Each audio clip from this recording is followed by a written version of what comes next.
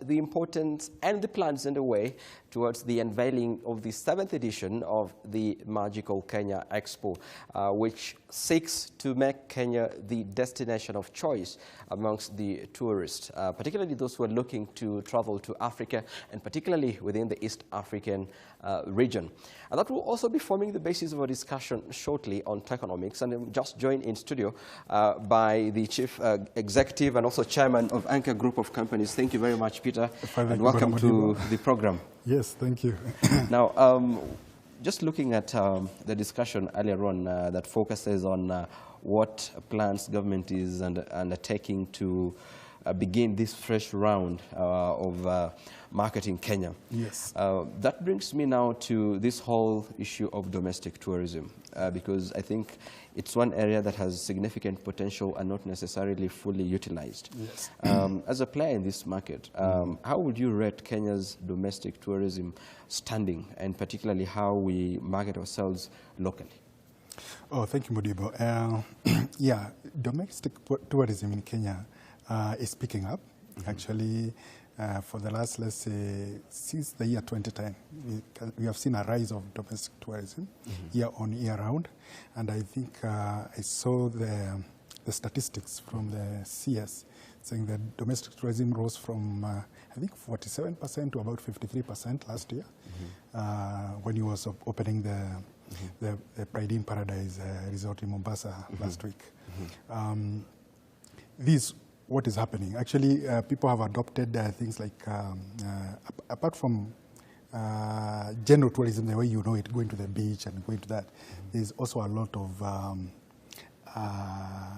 utilization of hotel resources, like board meeting, convention centers, and all things like that. And that's what has really promoted domestic tourism. Yeah.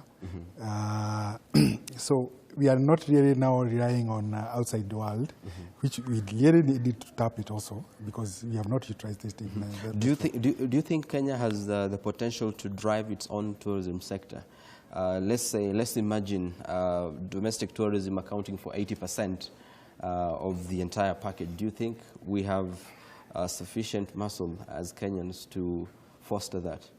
Yeah, it's possible. Actually, if we do it the right way, we can go to 80%. We can be self-reliant. We don't need to be shocked by the time-wide voice soles and all that, and cripple our hotel industry. So we can tap into ourselves by basically making sure that we promote locally destination Kenya. Because actually most of the Kenyans don't know that there is hotels to be utilized. Yeah, they make their own board meetings, their own private offices, while they should utilize the hotels, which is more conducive for such a creative engagement. So let's talk to us about your experience as a hotel owner, destination hotel owner, particularly within the Mount Kenya circuit. Okay. There was a time, I think, towards the end of last year when the tourism minister was there, CS Balala, and there are certain recommendations from members of the circuit that would help boost or bolster tourism in the area. How far are these discussions? Yeah, okay, you are privileged to have the CS open Giraffe Game Lodge mid last year, and he actually commented about it. So it's a state-of-the-art facility that should be utilized by the whole, not only Kenyans, but the whole world. When he saw what he saw, he also said that the Kenya Tourism Board, as the whole ministry, is not only looking on also supporting tourism in the interior side of Kenya, apart from the coastal side. They are looking up at opening up, like the way the Naivasha site has been opened up. Now Mount Kenya circuit, the other frontier. So there are recommendations that we look at also the way the county government is charging tariffs and things like that, levies, things like that, so that we are encouraged to invest.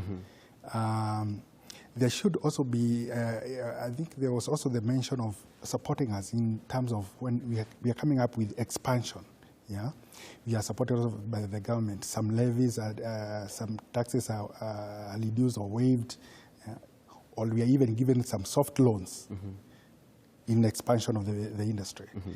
That's the whole thing that we are looking at. So when you talk about levies that are being levied by the county government, and maybe there's a multiplicity of these charges, what are some of these charges? If you could maybe specifically mention some of them. Yeah, you find like the liquor levies are very highly charged. Yeah, the licenses, the operation licenses, these are licenses that should be really looked at because we need to really encourage the entrepreneurs. Entrepreneurs have invested heavily, and maybe most of them are paying heavily to the banks in terms of interest rates. So when you levy heavy bill again, it's a bit so depressing. Yeah, so we should be encouraged by. So now, maybe what you're saying is probably that is why the packages for domestic tourism are very high. Yeah, the package for the basic. Yeah, that's why you find sometimes if you want to reduce the rates, but because of the recurrent expenditures and all that, you are forced to adjust a bit. What are some of the opportunities that you see that we could probably look at as a country that we can get into and probably bring a rebirth of the tourism sector? So that we just we stop talking about Magical Kenya. Well, Magical Kenya is important, but as we go out there to market Kenya, what else are we doing locally?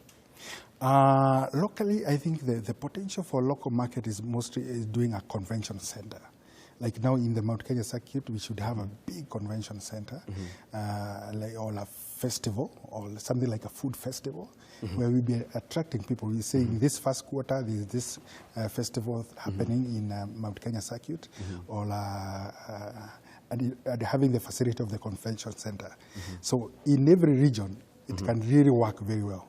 Yes.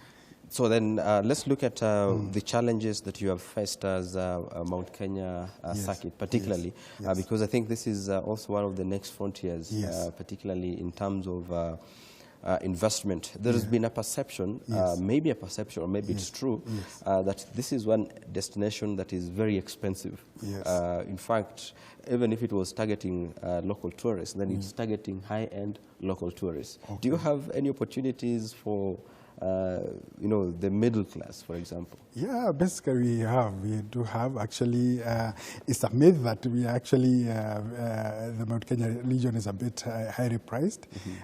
Even people should try us, like the Giraffe in the coming Valentine's time. We're giving very fantastic offers. So basically, I can say we are affordable. We are very much affordable.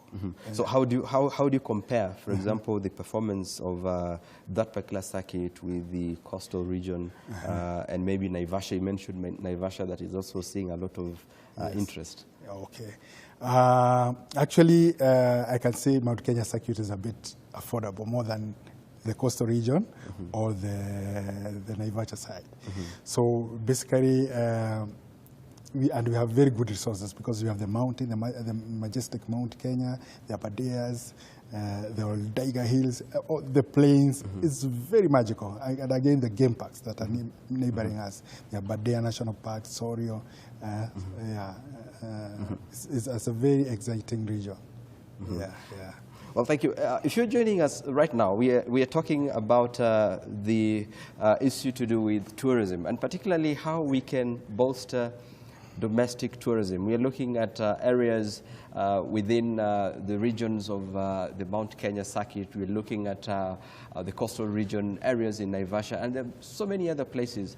But there has been a very hue and cry about the packages that we see and how we can help bring the tourists, or particularly local tourists, and to allow domestic tourists to be able to afford the various packages. Now, we'll be discussing shortly about that. We'll be getting back to our discussion with the gentleman that is Peter Maho, who is the chairman of the Anchor Group of Companies, talking to us about his experience in the industry. And we are looking at investment opportunities. How can you, as an entrepreneur, as a businessman, look out for these opportunities and grab them? And therefore, I just want to get back to you, Peter. Let's talk to the entrepreneurs that are probably watching you, or business people that are looking for strategic opportunities. Yes. We have seen just the other day, I think in less than a week, Yes.